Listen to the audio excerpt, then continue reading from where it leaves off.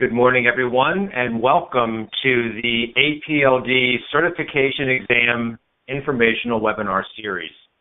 Today is November 4, 2016, and I would like to welcome all of our members of APLD. On behalf of the Board of Directors and the administration, I'd like to welcome you and let you know that we know that you understand that your business becomes more profitable when you and your employees are trained to a higher standard. And we believe that you have much to gain from such an exam that we're going to be talking about today that would provide you with an unbiased and legally defensible credential to practice as a landscape designer. So I'm Dan Maffei. I'm the president-elect of the organization. Lisa Port is the president, and she would have been on the call, but was called away to another obligation today. So she sends her regrets, and I'll be making the presentation on her behalf. And we're also joined by Denise Calabrese, APLD's executive director. So as a member of APLD, you've already demonstrated a desire to elevate your status as a landscape designer. And APLD wants to promote that opportunity to all of our members and the industry to continue to raise the bar of professionalism. So I want to thank you for taking the time to learn about the direction in which the board wishes to go. We've been working on this idea of a certification exam for quite some time, and we want to hear from you. So we're now at the point of our due diligence that the board must make a decision about spending money and committing to a multi-year process, and we need your input and opinion before doing so. There's going to be an opportunity for you to ask questions today, and I encourage you to reach out to me or any other board member or administrator between now and November 10, when the board will meet and vote on next year's budget. Please note that you can find contact information for all the board of directors at www.apld.org. Also, during the course of the call, you may use the comment section on the online portion, and we'll also be giving you an opportunity to phone in with questions if you have them.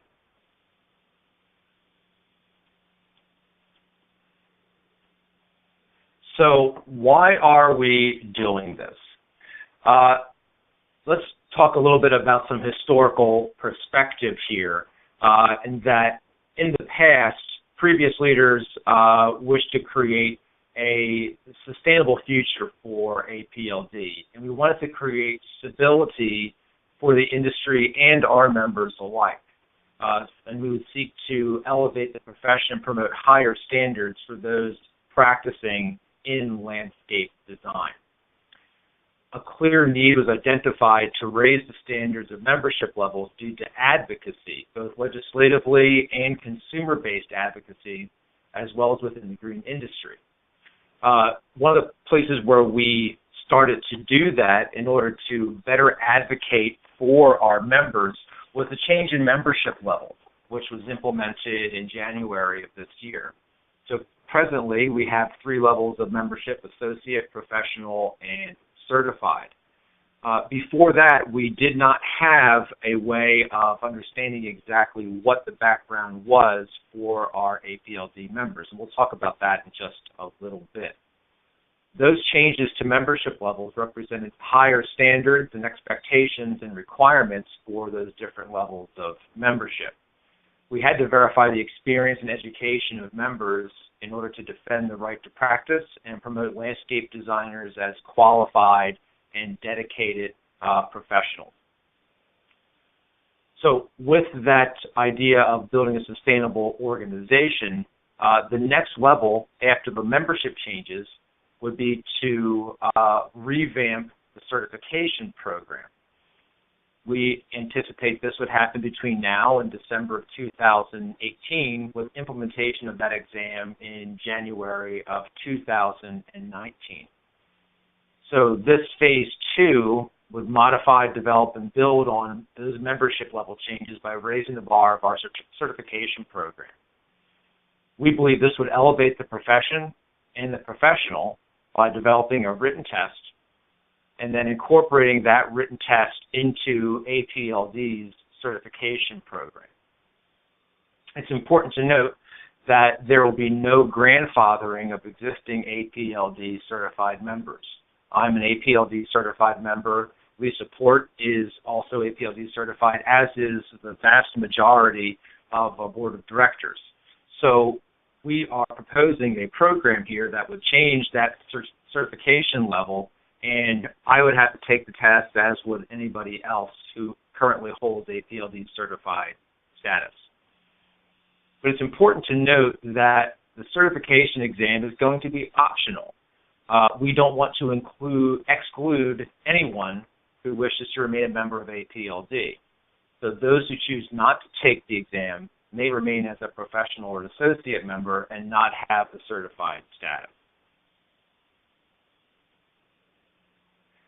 So why exactly are we doing this to further that discussion? I think it's important to note that before the membership level changes in 2016, January of 2016, anyone who wanted to join APLD, write us a check, could do so, and APLD would advocate for that individual, not knowing what their background was, what their education was, what their experience was.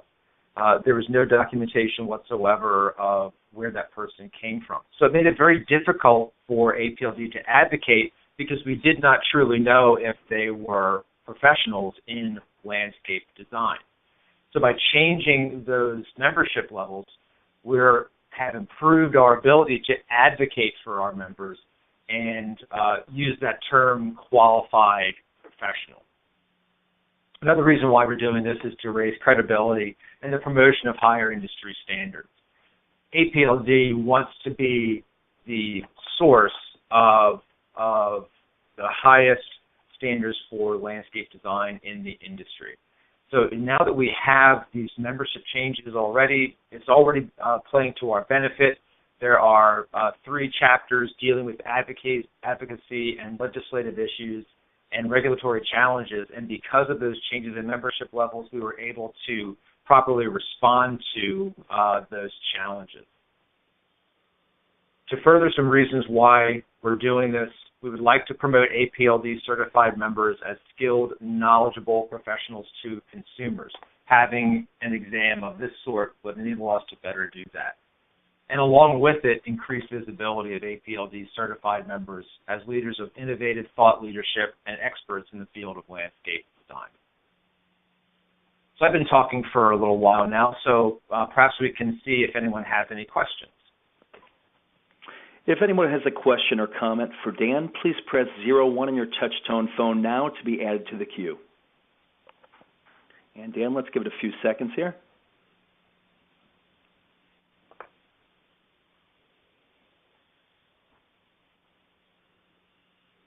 Okay, so why don't we go ahead and move on. If you have a question between now and the next time we take a pause, you can use the chat screen or you can dial in. So what do we foresee as some benefits of the certification exam?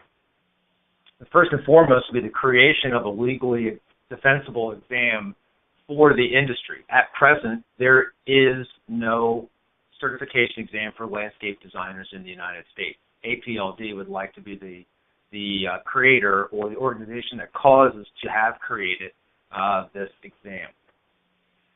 We could have a credible defense when dealing with legislative and regulatory challenges, including the regulatory term qualified professional. Depending on where you live and where you practice, you may or may not have your ability to practice being challenged. In some of our states, this is a major concern. In others, it's not quite so much. However, since it does exist, we expect that those challenges may increase in the future, and we wish to be proactive about that. We would like to promote landscape designers as qualified and dedicated professionals supporting the mission of APLD. We'd like to promote actualize higher standards and increase visibility of industry professionalism. And we would like our members to have a valid credential for promoting their profession and businesses offering to the general public and to consumers and clients.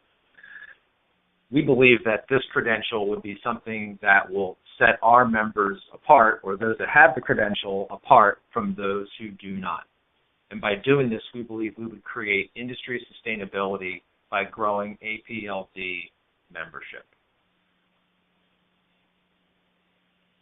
So what exactly would this exam be? First and foremost, it would be an objective evaluative tool. We foresee this exam as being a written multiple choice test that will evaluate basic knowledge of a professional landscape designer. Likewise, the designer will be tested on core competencies that would determine to cover a wide range of subjects that professional landscape designers should understand and be able to show competency in. So what exactly would those core competencies be?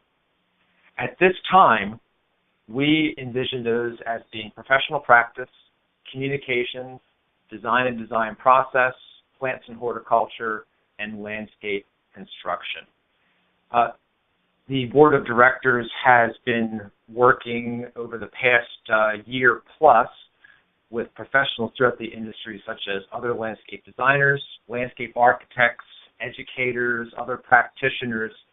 We got together. We had a workshop in Harrisburg, Pennsylvania last February, and talked about what should be included. We vetted some exams that came from the Canadian Landscape Designers Association and looked at their exam that was with their blessing, and came up with this list of core competencies. This may or may not be the final list, but based on our research so far, we believe that this would be a good starting point.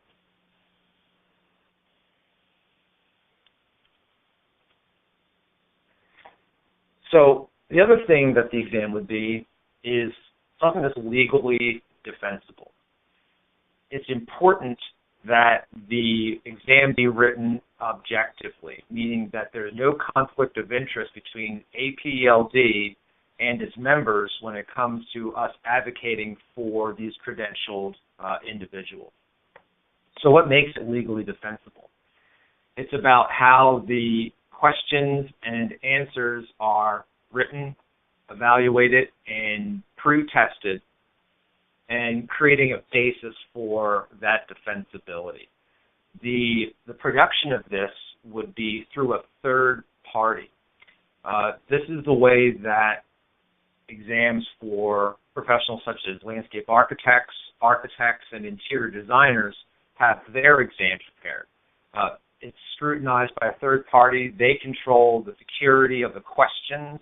They control the security of the content. So there's no possible way of APLD being come back to with some type of a challenge on a right to practice or on the professional credibility of that individual, because APLD didn't write the question.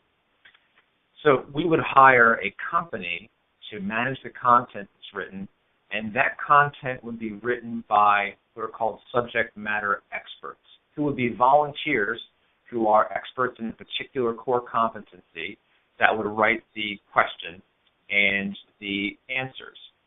These subject matter experts would be individuals who do not intend to take the exam, at least in the beginning of its existence. After the questions evolve and change in the future, then those individuals could take the exam if they wanted, but they would not be eligible to take the exam if they were the subject matter experts for the original test. So they would seek to make sure that the questions are not discriminatory in any way.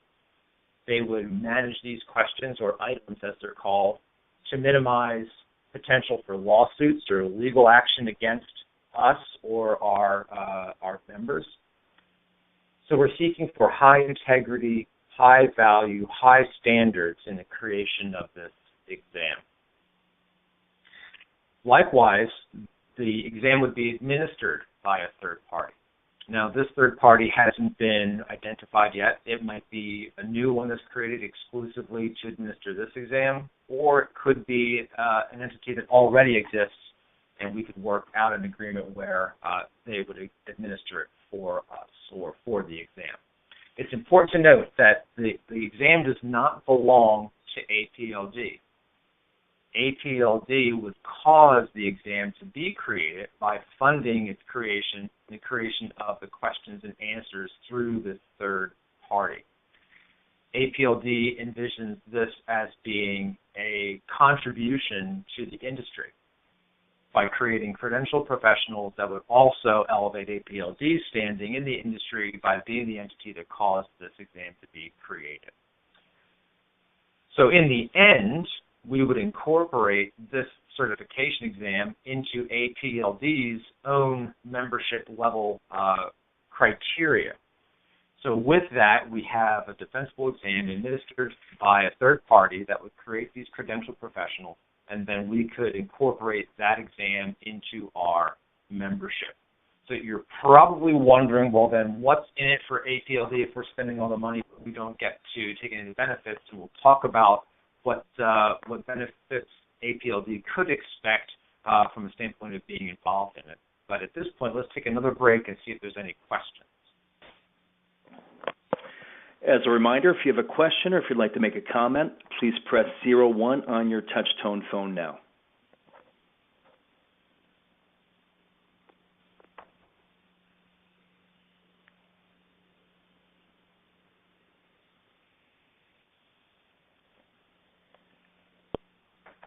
Nothing in queue. Dan, go ahead. Okay, so how are we going to do this? How are we going to make this exam happen? Again, we're seeking for high integrity and the elevation of the profession by creating this professionally written and professionally administered exam for the industry. The Board of Directors of APLD has been seeking verbal support from other professional associations in the industry. And at present, we have verbal support from organizations such as the National Association of Landscape Professionals, the Canadian Nursery and Landscape Association, Perennial Plant Association, American Hort, and others. And we'll be seeking support from educational programs and other organizations as we move forward with the creation of this exam. So for the test development, we seek to make changes to membership requirements, and that ball has already started rolling, as I mentioned. We've already started working on industry networking and making sure that our actions will be well received by our peers throughout the industry. And again, we've already started doing that. We've sought to identify core competencies, and we have that base list already. The next step would be to identify and hire a test writing company.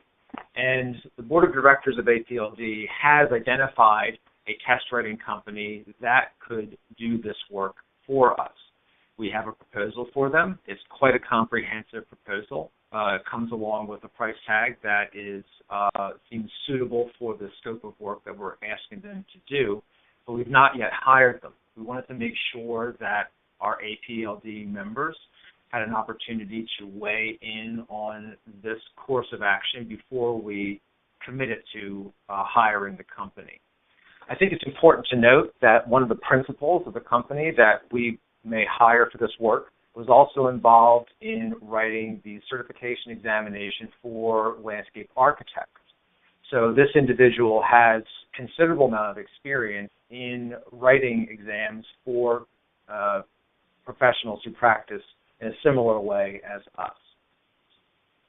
Once we have identified and hired a test company, then we would write the tests, evaluate the items, and develop the cut score or the passing grade that would be required in order to receive the credential.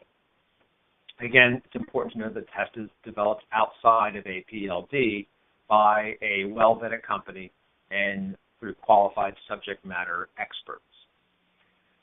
Once the test is written, then we can have the test administered, and again, that administration would be by a separate entity.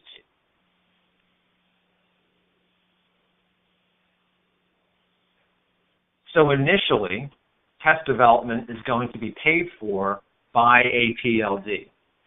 The Board of Directors has prepared a budget for 2017, which includes the creation of this examination through the third party. However, we have not authorized the budget yet, and that's again why we're having this series of webinars with our members to get your feedback before we move forward with that decision.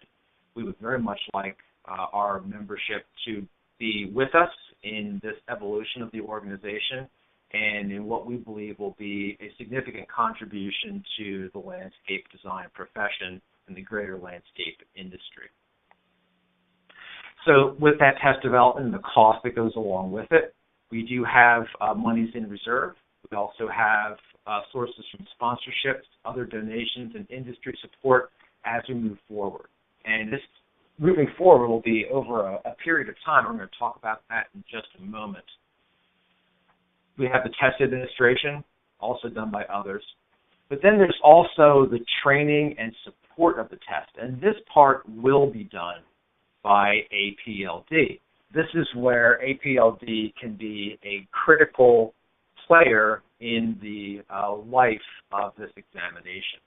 APLD could be the support mechanism for the production of training content for the exam based on those core competencies that would elevate the profession, whether their members ever take the exam or not. So you could take those classes, learn more about what it means to be a strong practicing landscape designer, and maybe you don't take the test, but maybe you do. Well, this would be a source of revenue for APLD in the creation of webinars, workshops, or training boot camps, similar to organizations such as Genesis 3 in the swimming pool design industry. We could also create study references, written manuals, or offer classes with CEU trainings, which would also serve our members who are professional certified members and require CEUs in order to maintain their membership. So again, the support and training of the exam could be by APLD, and we intend that we would do that, and this would be a revenue stream for us. Again, it's important to note that APLD would train on those core competencies because we don't have the questions and answers. Again, we need to be completely objective and beyond reproach when it comes to the administration of this exam. So APLD would also incorporate the taking and passing of the exam as part of a revised APLD certification program. So having this exam as part of the top tier of our membership would be something that we can write into our membership levels. So through all this, we would expect that we may recoup some of the initial investment, but also have a gift, as it were, our contribution to the industry.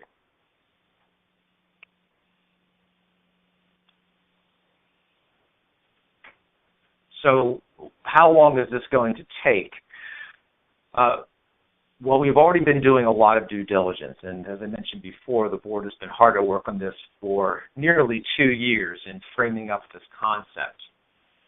With the approval of the budget in next week on the 10th of November would enable us to move forward on development. So starting in fall of 2016, the development, beta testing, and cut score development could begin. We anticipate that this work will take about 2 years, about 2 years until December of 2018.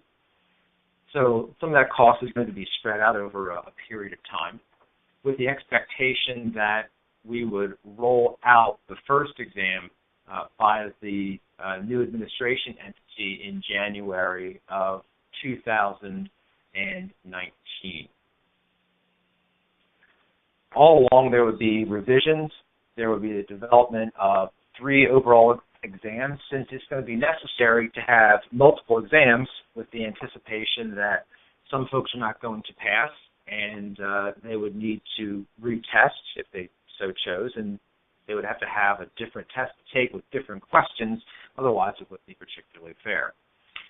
Also, APLD development of training materials and the involvement in preparing individuals for the exam would happen during the lifespan of the generation of that examination.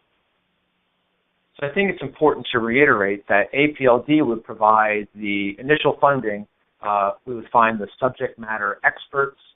We would provide the support to develop the third-party administration entity and identifying best management practices and core competencies for the training material. This will represent a significant involvement of APLD in the life and existence of this exam without being directly part of the creation of the questions and answers. But over time, we would slowly detach and separate from the test development side and then find more energy to put into program support and training. We would then move into more of the internal workings of how we would utilize the exam in our existing APLD certification program. Those exact particulars have not been worked out through the board of directors yet. We would also need to work on how we develop the educational side of the programs in the support materials, boot camps, CEUs, webinars, and so forth. So again, it's important to underscore that the exam doesn't belong to APLD in the end. Our effort here is to elevate the profession. We're an organization of landscape designers, and we feel the need to elevate the profession, which would carry out our mission and create a more sustainable organization. The board of directors feels that it's very important that this exam be created so that practicing landscape designers would have an unbiased third-party credential that would signify that they truly are trained and qualified professionals by passing an exam that they can use in the promotion of themselves and for their business. With that, why don't we take a pause and see if we have any questions? The floor is now open for any questions or comments. Please press 01 on your touch-tone phone to be added to the queue. And Dan, we do have a couple questions filtering in. Let's go ahead and take the first one. Caller, please go ahead. Hi. My name is Magdalene from Landscapes in California. And hello. I'm just wondering, can you hear me all right? I can hear you just fine. Okay, great. I'm just wondering because many of our colleagues, some are contractors and do their installations as well as being designers, and some are pure design. So how would you go about sort of creating a test that would sort of cover both of those aspects in order for it to be, I mean, obviously if someone is a pure designer, it would be very difficult to, look at in any kind of depth on the contracting side and sort of vice versa. So I'm just wondering how that might roll out. That's a very good question. Well, we don't seek to be everything in this examination. I just clicked back to the slide that would show the core competencies. Clearly, there are a number of competencies here that are specific to the practice of design, professional practice, communications, design and design process. Then the plants and horticulture and landscape construction, this is going to be more of a broad core competency rather than specifics. Remember, we're writing an examination that could be taken by any landscape designer anywhere in the United States. So we would be focusing more on principles rather than on particular plants or particular construction methods, since all those things vary greatly from one part of the country to another. Exactly. That's what I was wondering how that would roll out. Right. Yeah. So that's what we would seek to do with this exam. Again, it's to be a very broad-based exam. Practice, communication, and process, those things are pretty much standard across the board with obvious legal issues at the local levels. But for the plants and construction end of things, again, it'd be very broad. And we would hope that for those members who are perhaps have a design build model for their business, that they would seek to become credentialed designers in addition to whatever other credentials they might have as contractors. It's not uncommon, as I'm sure you're aware, for an individual to have multiple certifications in order to best serve their customers. Oh, great. Well, thank you so much. Thank you. All right. Please hold for our next question.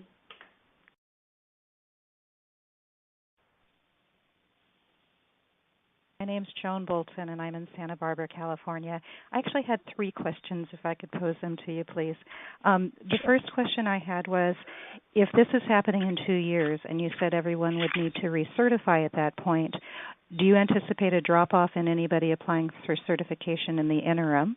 My next question is, if the exam is not owned by APLD, would non-members be able to take the exam as well? And I'm also wondering, when the exam does exist, would it be before or after the submission of the portfolio? Those are excellent questions. So to the first one about, yes, there's a 2-year rollout for this whole thing, and we know that we have folks who are working on getting their certification right now in the current model that APLD has. Yes. The board is aware. Yeah, the board is aware of that potential for a drop-off, saying, hey, you know what? I'm just going to sit on my hands for 2 years until this thing's done, because why should I do this thing twice? So the board is looking at ways that we can encourage folks to continue pursuing their certification at in the current model, and then go on to the third-party certification later on. And the way that we believe that's probably going to happen is, since the certification exam that we're talking about now in this webinar would be a multiple choice examination, there's no portfolio aspect to it or peer review. Mm-hmm. So we suspect that we'll use the existing certification process that APLD has, which does have those things, and enable that to further complement it in some way. Okay, thank you. All right, you're welcome. Because, again, we don't want to lose those folks who have momentum going into certification already. Mm-hmm. So the second question about the ownership of the exam and would it be open to non-members? Absolutely, and that is actually the thing that makes this an objective and valuable industry credential, is that you wouldn't be required to be an APLD member in order to sit for the exam, so long as you are qualified to sit for it. However we work those qualifications out, you may take that exam. You can pass the exam and not become an APLD member if you so chose, because, again, this exam belongs to the industry, not to APLD. Of course, we would certainly, and similar to, if I can draw a parallel to landscape architects. You can be a board-registered landscape architect, but not be a member of the Association of American Society of Landscape Architects. There's no requirement there. You can still be certified, but not be a member of ASLA. Mm-hmm. It would be the exact same thing for those that pass this exam and APLD. So, of course, we would like to find ways of encouraging those folks that do pass the exam to become APLD members, and we believe that we would be able to do that through the creation of study guides and test materials and so on. I would imagine in similar ways we would incentivize conference attendees. If our higher level certified members get a cheaper conference rate than those who do not have that distinction. Mm-hmm. Gotcha. Okay. And then for the third one, with regards to, I'm sorry, what was your third question? Oh, it was, do you take the exam first or submit your portfolio first in the new process? Very good. So the exam is going to be standalone. So at this point, there would be no portfolio requirement at this time. So when the examination is created, it's only a multiple choice exam. There'd be no graphic portion associated with it. Dan, if I can interject, though, as well, the anticipation is that APLD's certification program will continue to have a portfolio component, and that our certified members will then also have to take the exam and pass it. So the certification programs through APLD will still have some type of portfolio component, whether that's online or as it is now, is yet to be determined. Okay. Thank you, Denise. Okay, thank you. Did you have any other? You're welcome. John, do we have more questions? We do. Let's go to our next question.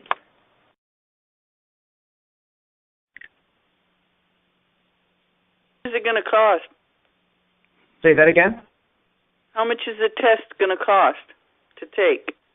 In order to take it, we have not developed that yet. That would be part of the creation of the exam and the administration of it. So we do not know what the exam cost would be. And you're going to have them regionally all over the place or online? Say that again? I'm sorry, say that again? Will the test taking be a regional test taking, or will it be online, or so you'll have to travel to take it, or how's that going to work? That's a very good question as well. We do not know the answer to that. At least I don't know the answer to that question. Denise, do you have a sensation as to how some of the certifications from CNOA administer their exam? Right. So that has not been determined yet because it will be up to the organization that ends up administering the exam as to how they administer it. APLD won't dictate that. So it could be online at testing centers. It might be something that's proctored.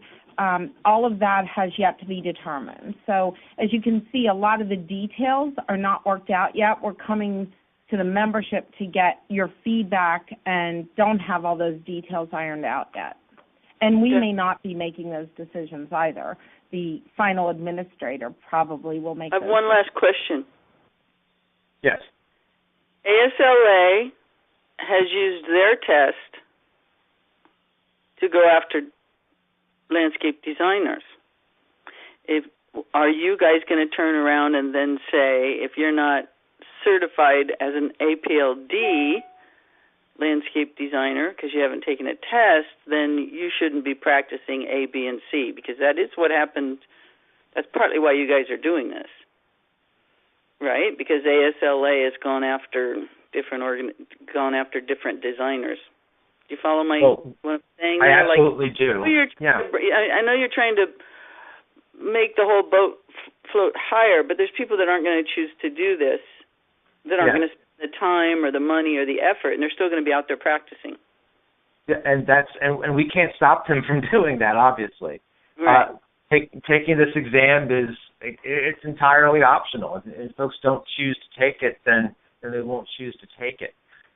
We would still have room in the APLD boat for other folks that don't wish to take it through various levels of membership, and we would continue to have those individuals as members. So would we be going after them? We would certainly like to encourage more folks to become certified, because I believe that it does elevate our profession and increases our ability to advocate for the abilities of our members to practice. So we would certainly encourage them, but I don't see how we could go after them. We would certainly have room in the boat in other levels of membership. Okay. Thank you. John, you're welcome. John, do you have other questions? We do. Let's go to the next question. Caller, please go ahead. Hi, I'm Anna Wendorf from California, and I have two questions. One is that you said that there was not going to be a plant component necessarily because it is going to be covering such a large area that you couldn't test for that, and I'm wondering how we would work that, because so much of our practice is completely devoted to the plant materials. And I'm wondering if there would be a regional aspect to it, or if there would be a separate test or something. Want me to start with that one? Yes. Yeah, why don't you start with that, okay. And then I'll ask Sure. the question. So I still have the slide up there regarding the core competencies, and you see plants and horticulture would be on there. Again, we would imagine, APLD is not going to write the test. Our subject matter experts that would work with our consultant would create those questions. However, we anticipate that the plant-related questions on this exam would be related to those plant systems and those processes that would be common to all plant life. So what does it take to keep plants alive? Talk about cultural conditions, soil qualities and conditions, and so forth and so on. I imagine would be in the exam. Things such as plant identification, as in calling out a genus and specific epithet, I would imagine would not be, because I don't know the plants that grow in your market, nor do you know the plants that grow in my market, or at least not very well. So that's not going to happen. However, in the future, there very well may be state level or regional level examinations that could be created. That would be something in addition to this particular exam, but that has not been conceived of yet. So the soils requirements for California plants is going to be very different from the soils requirements for Pennsylvania plants too. So I would be concerned, just a little bit concerned about that, because there's a lot of discussion about whether we actually even till the soil or mix in amendments for the natives, which we're using quite a lot here. So that would be one of my concerns. I don't disagree with you on that at all, Anna. As a matter of fact, I imagine that there's going to be very difficult to write a core competency on plants and horticulture for the entire country. Mm-hmm. But I believe that core competency must be, because as you pointed out, plant life is a major portion of what we as landscape designers do, and it needs to be in there. So it's going to be quite a task for the subject matter experts and our consultant in writing this question. Now, since you might be a person that would wish to take the exam, you probably couldn't be a subject matter expert. However, the feedback and the recommendations, suggestions of folks like yourself as to how that might happen, we would have our ears wide open to your suggestions and input on those things. Okay. Thank you. And my second question is, at this point, we have limited real right. When we do our designs, we have to put that it's conceptual, and we can't really do much hardscape. I'm wondering how much will this expand our rights to design other aspects of the garden, and possibly, and how much of the testing is going to be on hardscapes? Well, to answer the second part of that question first, how much will be on hardscapes? Well, again, that landscape construction would be a core competency. However, what's on this exam would be generalized as the common principles across the country, rather than something specific to materials that might only be available in one part of the country or another. So that kind of goes back to the same type of discussions we just had about plants and horticulture. And again, any recommendations you might have on what should be in there would be welcome. Now, to go back to the part about will it improve our ability to practice and our rights as landscape designers to do this work, my expectation is yes, and we believe that the certification exam is an important first step in being able to advocate properly for our right to practice.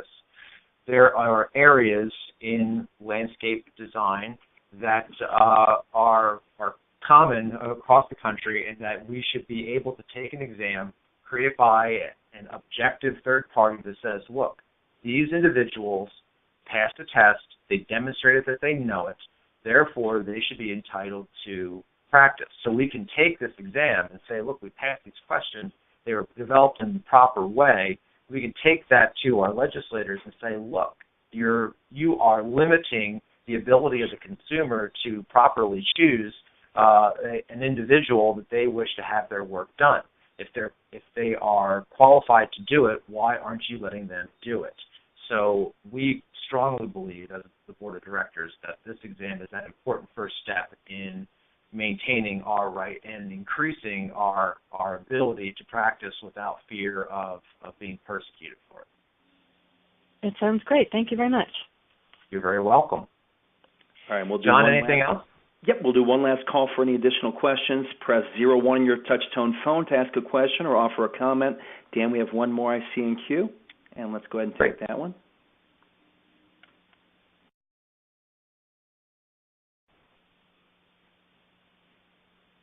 Hi, this is Charlene Brum from California. Can everyone hear me? Sure can, Charlene. Excellent, thank you. I have three quick, hopefully they're quick questions here. I know we're running out of time. The questions I've written down are, number one, can you elaborate a little bit more on test preparation and how we will be prepared to take this test? Number two, the testing, will that be covered by our membership, something that's offered free through APLD? And number three, how is this going to translate into the actual work field? Like, say, our designs do sometimes without architecture stamps go to the city, are the cities going to be expecting to see some more of a certification from us? I know in certain areas in California we aren't required to have much of that, and they are accepting a lot of my work for, just a couple of things in design. I'll keep it brief. Those three questions, if you could elaborate really quickly on. Sure. So on the first one about test preparation, APLD envisions us as being the source for getting students or getting those who want to sit for the exam ready for the test. So again, I'm keeping the slide up there on core competencies because I believe it's very relevant to our discussion in that we can offer training on those things: professional practice, communication, design process, plants and horticulture, landscape construction. So getting a broad education on those competencies would be where APLD fits in. Again, it's important to reiterate that we don't own the questions and answers, so we're not going to be able to say, hey, this question in some form is going to be on the test, because we will not and cannot know what that is in order to maintain APLD's impartiality to the exam. So we will be able to be that source of initial training and be able to realize a revenue stream for that preparation.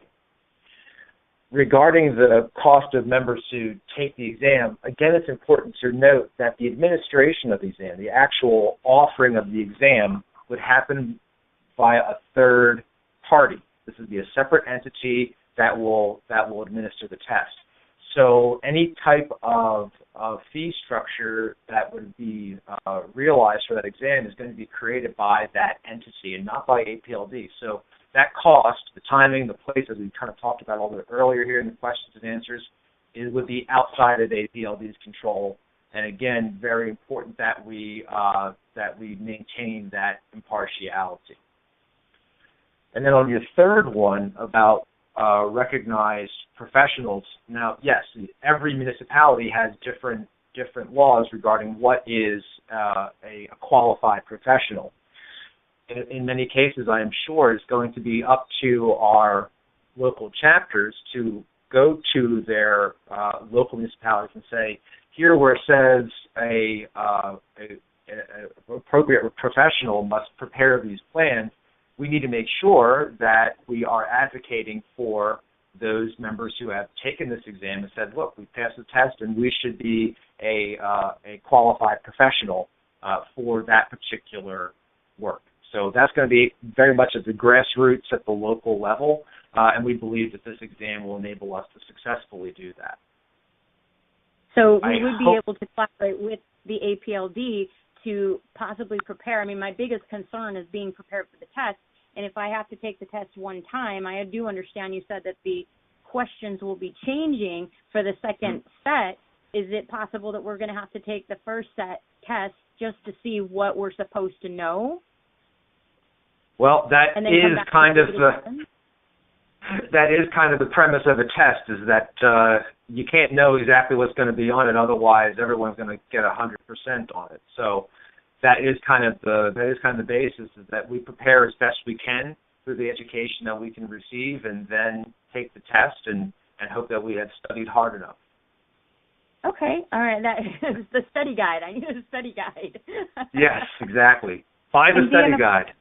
If I can interject as well, those are great questions, and I think that one of the things that you need to recognize too is that while there's going to probably be different versions of the exam, so that if somebody doesn't pass the first version, they would get a second version, they'll all be similarly laid out related to the core competencies.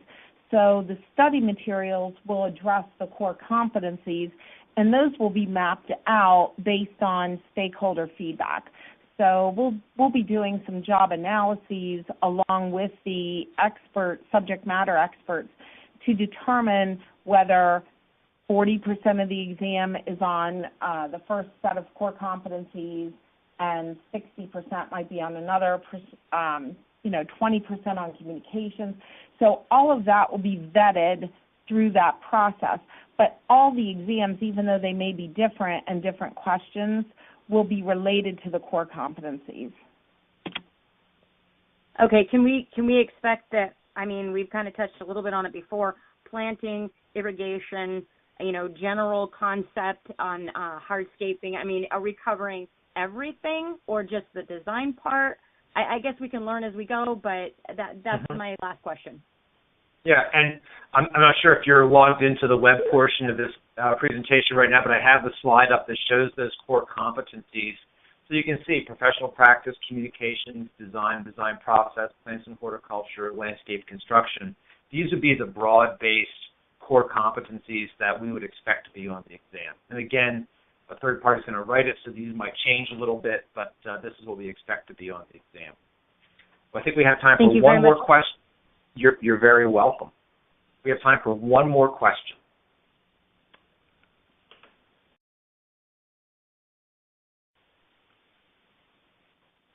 Two quick questions, because I know we're running out of time. This is Magdalene from California as well. One is I am not, I can't see your presentation right now because I'm not in a location where I am at a computer. So I'm just wondering, is your presentation going to be available maybe on the APLD website? Or yes, yeah, we are recording this presentation, so we'll send out an email to all the participants, and you can watch it at your leisure. Yes. Okay, great. Second question is that do you have to be certified to take the exam, a certified APLD member? The creation of any prerequisites to sit for the exam has not been prepared. And okay, Denise, I'll tell you why I'm asking. Yeah, I'll tell you why I'm asking the question. I'm sorry to interrupt. Sure. Because part of for me personally, I've had real challenges to try to get my clients to cooperate for 2 years to maintain the beautiful designs that I do. So by the time that they have not maintained them or whatever, I cannot submit those projects for certification. But that doesn't mean that I haven't done the work properly, but there have been issues with the clients, or they've sold their properties and things have changed, and so that it's been hard for me to get the graphic portion to be able to submit my projects, because once they're installed, then if they're not maintained, that's been, a challenge for me. But I still am doing projects and would like to be able to at least, sit for the exam, so that when I go out on a presentation, that I can say, yes, I have taken the certified exam, but I just haven't done the graphic portion of the exam. Yeah, I think I understand your question. So with regards to what kind of project would be acceptable for a portfolio section, that I don't know how that's going to change relative to what we have in place now. So, which I'm okay with. I'm waiting to have the right project, but it has to be in the ground for 2 years. That's one of the requirements, and I'm totally on board with that. I have no issue. But if barring that, since I've had challenges with some of the projects I've done because of issues beyond my control, can I at least sit for the certification exam so that, until I can get that portfolio component? And I'm going to go over to Denise here for a second. Just remind me if we've had any discussion about any kind of prerequisites for sitting for the exam, Denise. Oh, no. The minimum eligibility requirements for the exam will most likely be determined by the administrator, whoever that end administrator is, with their committee. So APLD will we're hoping that we'll have input into those kinds of items, but has not been determined yet. Okay. No, because as I say, I'm a professional member, and I've been trying to get certified, but my project owners, clients haven't cooperated by maintaining the project. So they're in the ground for 2 years, and they've done because it's been very challenging. So every time I think I have one that I can submit, then, even though you can only monitor so much, it's a very delicate balance how much you can monitor the ongoing project. That's a challenge that many of us face. And, we do all the hard work on the front end and do this great project, and then, we can only maintain it or whatever relationship with the client, or they sell their property, which is going on a lot here in California. A lot of places are getting sold here, and so then you can't control what the next person does, and, so those are challenges that some of us face. So, I'm getting frustrated because I really would like to do the portfolio portion of the certification, but have been unable to for those exigent circumstances, but would at least like to sit for the exam if and when it becomes available. Well, thank you for those comments, and I would certainly hope that any kind of eligibility requirements for this exam that we're talking about now will be things that will be entirely under your own control. Oh, awesome. Thank you so much. I think we have time for one last quick question.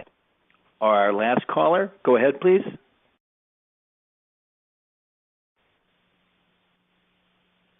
Hello, this is Catherine Truspinski from Portland, Oregon. I have a question Catherine. about... Hi, thanks. I am interested to know the differences or the steps you're taking beyond elevating the profession. I understand the steps, and I agree with them, but I'm wondering how you're taking steps to use this exam to distinguish us from landscape architecture profession. Is that a clear question for you? Do you understand? Yes, I absolutely do. We envision that landscape designers practice in a very broad capacity, in that we work in these core competencies that we're talking about. But whereas landscape architects work in very specialized, very kind of specialized areas, and they're dealing in things such as grading and drainage, stormwater management, pedestrian and vehicular movements, and in scopes where most of our members in APLD do not nor wish to practice. So we're not interested in being those kinds of specialists as landscape architects are. They, by and large, are working on projects or have qualifications to work on projects that we are simply not going after.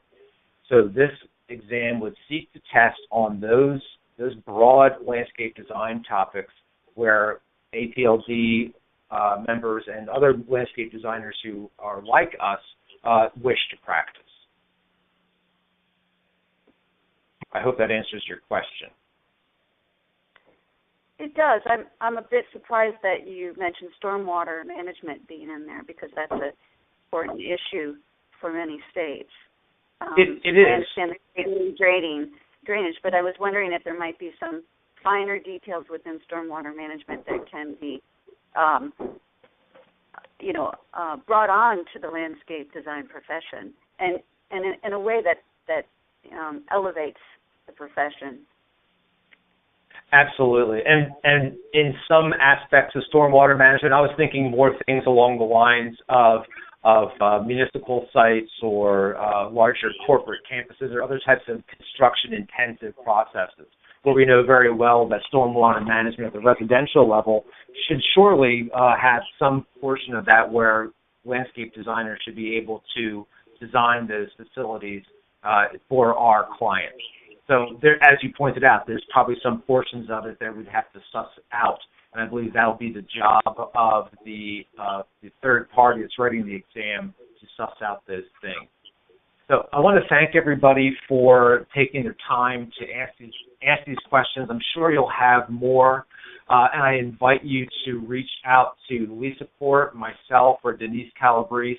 I have our email addresses up there on the screen right now. They're also available at apld.org, and you can contact us that way. If you have input that you'd like to give us before the board takes action on this, please do so before Thursday of next week. If you have other thoughts, questions, concerns, something that you wish to offer with regards to the creation of this exam, we encourage you to reach out to us at any time over this period of development. Obviously, the sooner that you do that, the better. So with that, I just want to thank everybody for being part of this call. Your feedback and your participation in this process is extraordinarily important. And on behalf of the Board of Directors, I'd like to thank you for your time. Thank you, and have a blessed day.